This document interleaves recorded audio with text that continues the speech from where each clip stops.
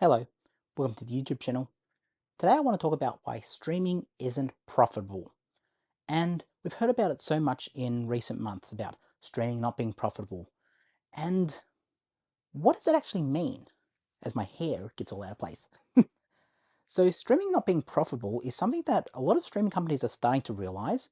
And as we've seen, studios are starting to really make drastic cuts because they're spending way too much on some series that just aren't delivering the returns they want to see in terms of gaining subscribers, in terms of revenue raised. And why is that? Well, let's look at what we're all fans of, physical media. If you're on my channel, you're probably into physical media. So with physical media, something like, where is Good Will Hunting here? It would be in a drama section. So Good Will Hunting would be right there.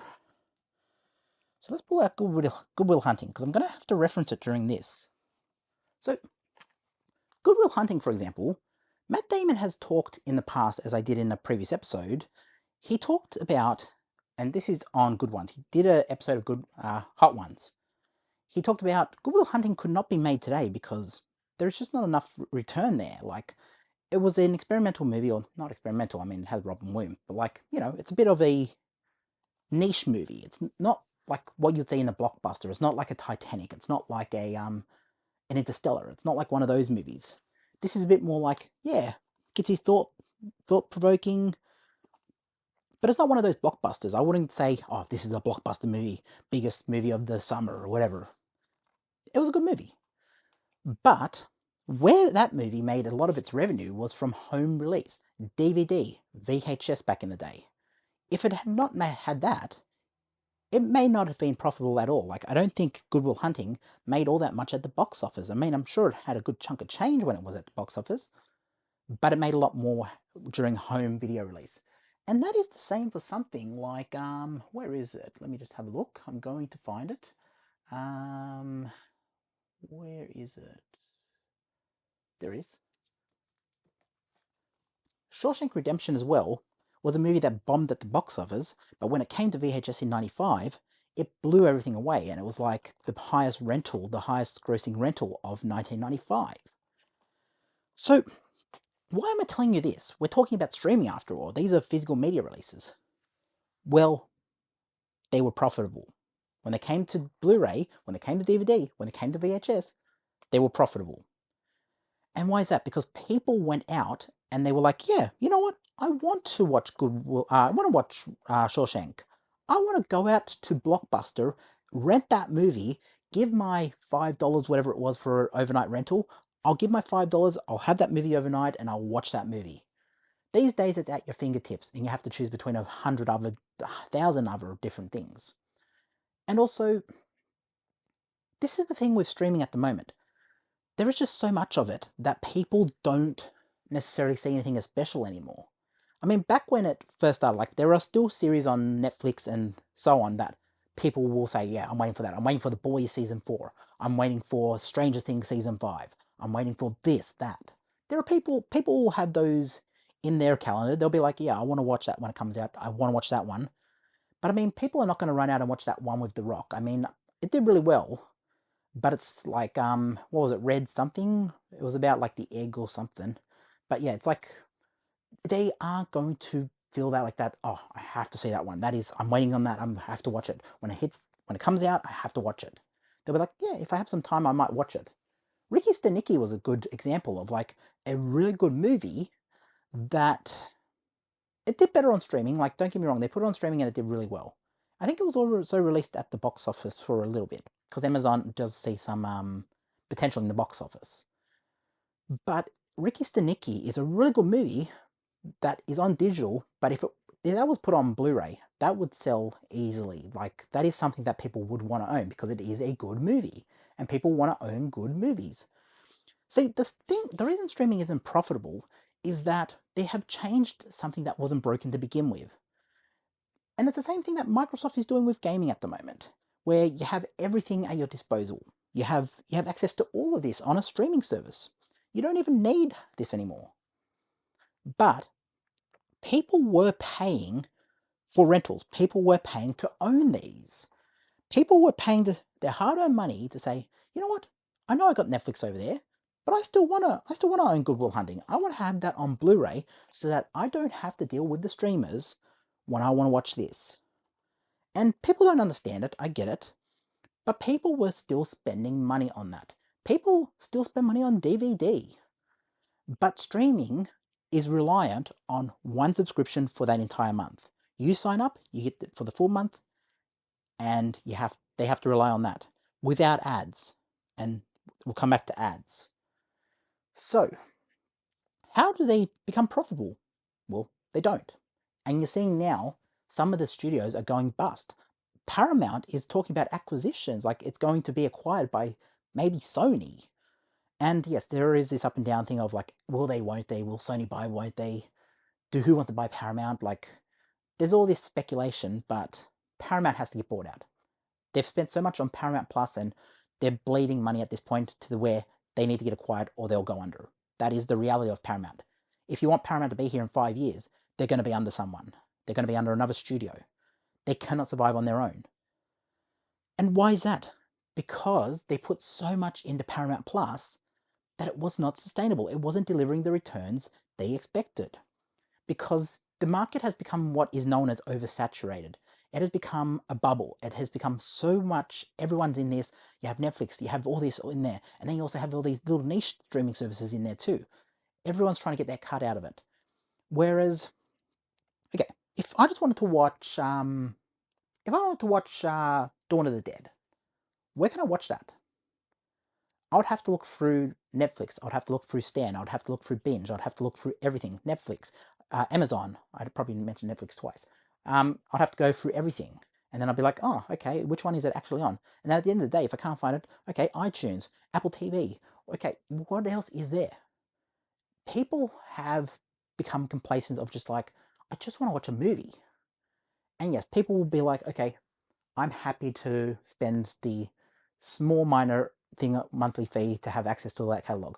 Well, the reality is the catalog costs money now because the unions fought to get royalties from the streaming revenue, and that the strikes that happened earlier this year and late last year were about streaming and about how money should be split up from those streaming. So let's say I decided to go on to Netflix and I watched The Crown, Stranger Things, and I don't know, what's the one, Tiger King. Let's say I watched all those three.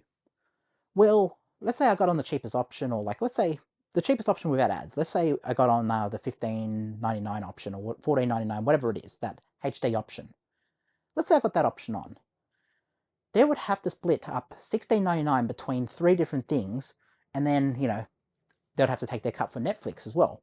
And then they'd have to do all this other stuff. So at the end of the day, the creator might only get probably, my nose is itchy for some reason, but yeah, they might only get a small percentage of that. And that just isn't like sustainable. Like, to host those movies on a server, Netflix is paying a premium to host those movies.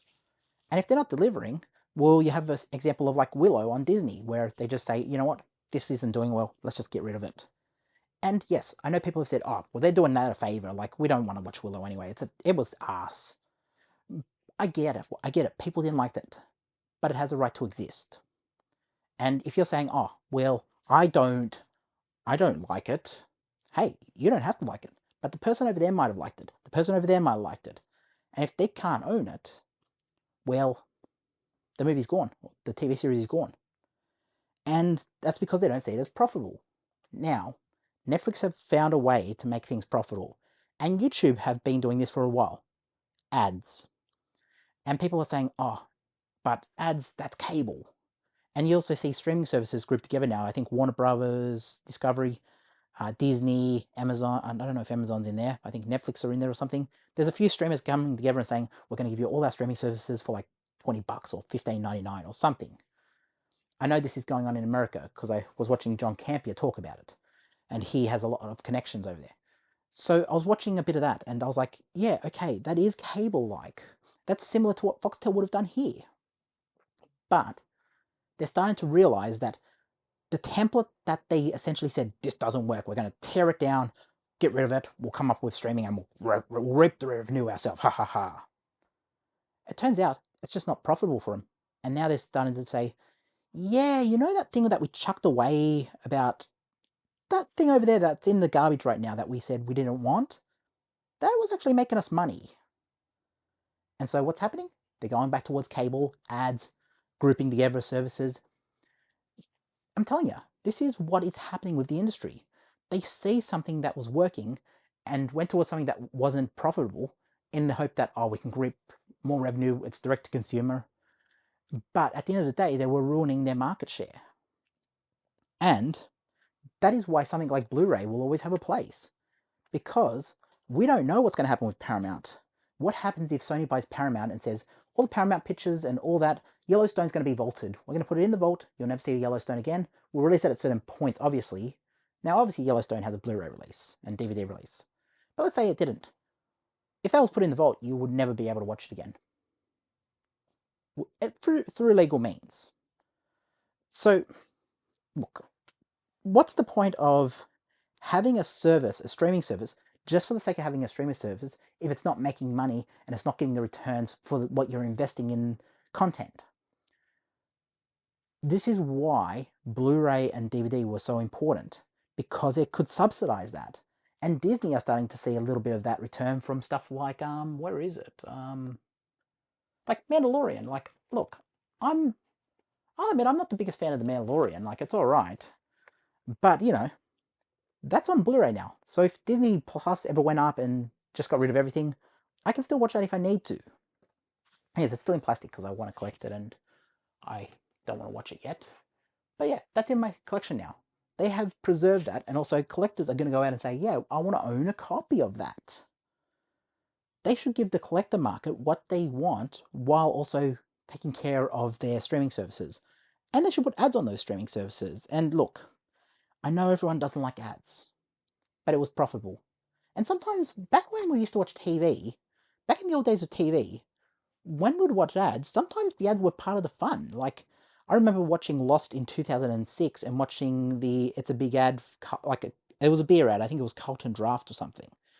And, you know, those are the ads that made the thing, because you'd be there and you'd watch all these silly ads and then you'd be like, oh, did you watch Lost? And, oh, do you remember this ad that was on? It was like this strange ad. Ads were part of the fun. And look, I'm not a fan of ads, like, obviously. But, like, I made a move towards this. And this is the thing with streaming services. Streaming services are not profitable, so they need to do ads. It's a reality. If you want every piece of content known to man at your fingertips, then, and when I say man, I'm talking about humanity. I'm not talking about genders. I'm talking about humanity. Every title known to man at your fingertips, they have to do ads. They cannot sustain having all that content on there without ads, because it costs too much and they're not getting enough return. And yes, boo-hoo, streaming services, yeah, whatever. No one feels sorry for them. They did this to themselves.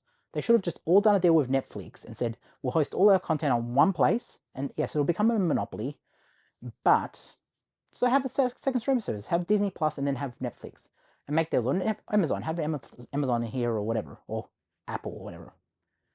Have a second and third streaming option, but there should only be 3 of them, probably 3.